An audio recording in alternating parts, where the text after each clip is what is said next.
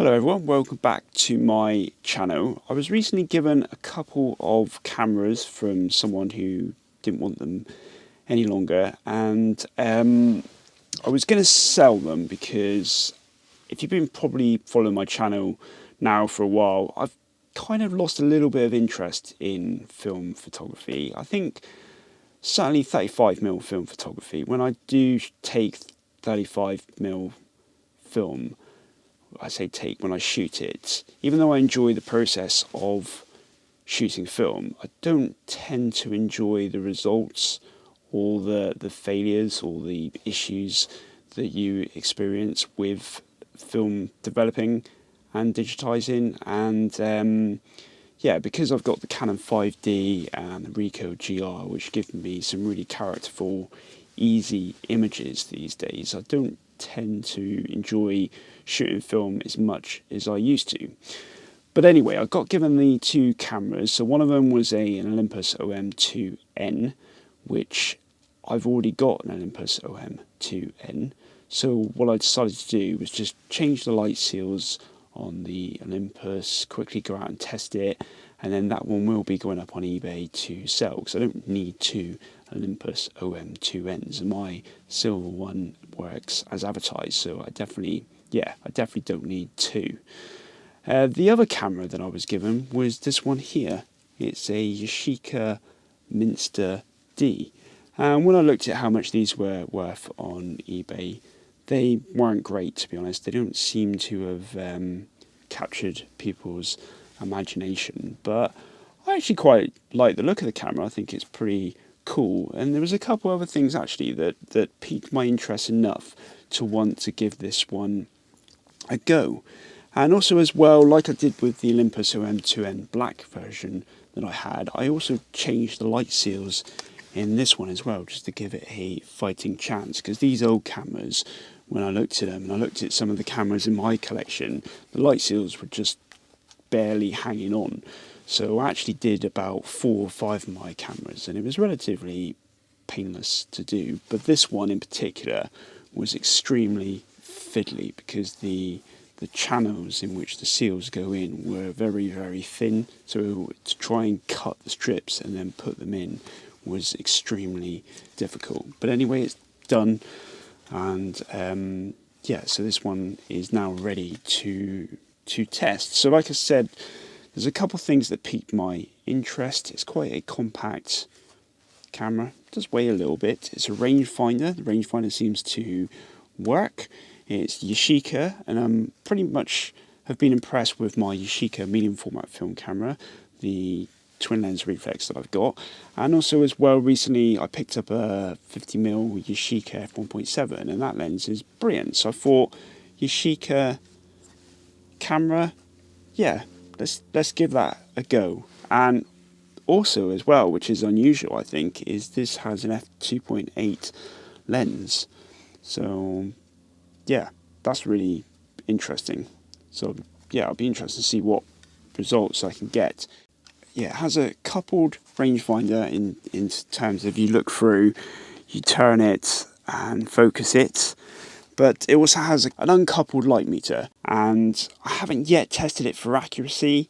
It uses some of the really ancient, old, obsolete banned PX625 battery, which you can no longer get now. What you have to do is buy an expensive modern equivalent here, which is like a wine cell hearing aid battery, which costs about £6-7 here in the UK. And the problem with these is that once you start using them, they don't really last that long. So I tried it initially, and I've put it back in its case until I intend to use this camera in anger, which I will start to do soon. And like I said, I put the battery in. The light meter definitely moves, so it looks like it's working. I'm not sure whether I trust it, because admittedly I was only using it inside at the time, and the readings didn't seem to correspond with other means of metering light that I had at my disposal. So when I do go out and shoot with this, I might be tempted to shoot an exposure with what it reckons, and then I shoot an exposure with what my other reliable Gosson light meter tells me to use.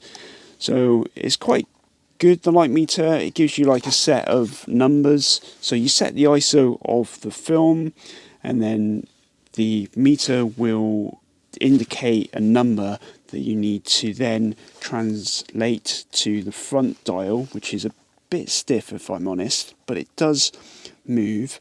So let's say it gives you a number of 10. So you set the front dial to 10, and then the inner dial you can then move because that's locked the aperture and the shutter together. So that gives you combinations which you can then use to expose the scene correctly. So that's the theory, but it is very stiff. But yeah, I've run a test roll for it, and it all seems to work. I don't think it doesn't need batteries to work, so it's all seems to be working as intended. And there's a little button on the back here as well, which I think you use to you put the battery in for the light meter. You press the button, it meters the scene. You translate the number to the front, and away you go. So fingers crossed that works as advertised. But like I said, I will also as well use the Gosson light meter as well to expose, just so I can test how accurate the meter is reading and whether it's working or not. Because I think I'll put up down below how old this camera actually is. I don't think, well, I haven't got any fresh film left. I'm down to one row of T-Max 400, which is only a couple years expired, but I have got 6 or 7 rolls of HP5 400, which are about 10 years expired. So this one is about 12 years expired, June 2012. So I believe the general rule of thumb is that for every decade of time past that the film has expired, you basically overexpose by one stop. So for ISO 400 film, instead of shooting it ISO 400, you shoot it ISO 200, because I'm guessing the film becomes less sensitive over time, so you need to give it more light in order to correctly expose the scenes. So I'm going to get that loaded into my camera. I'll put the battery in, and then what I'll do is I'll put up some B-roll of the scenes that I'm at least attempting to capture with this camera, and then if successful I will then put up the corresponding image. I will talk again in the office about the results that I was able to achieve. Yeah, I'm hoping this does deliver, because like I said, it is pretty cool. It does look quite nice on my shelf, and it's a fast f2.8 lens. So anyway, without much further ado, let's get out and shoot this thing.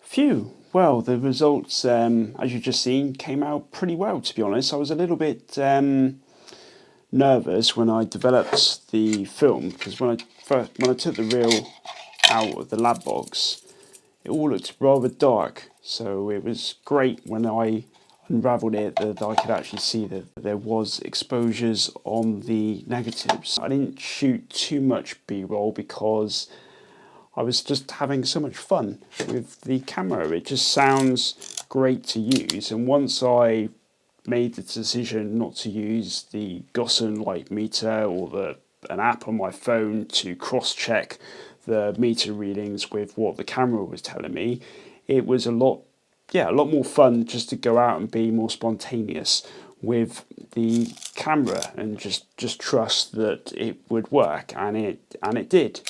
You might have noticed as well that the weather was pretty dull, and because I blasted through the roll pretty quick, I just had to live with the conditions when I shot the roll of film. So what did I find from using this camera for the first time?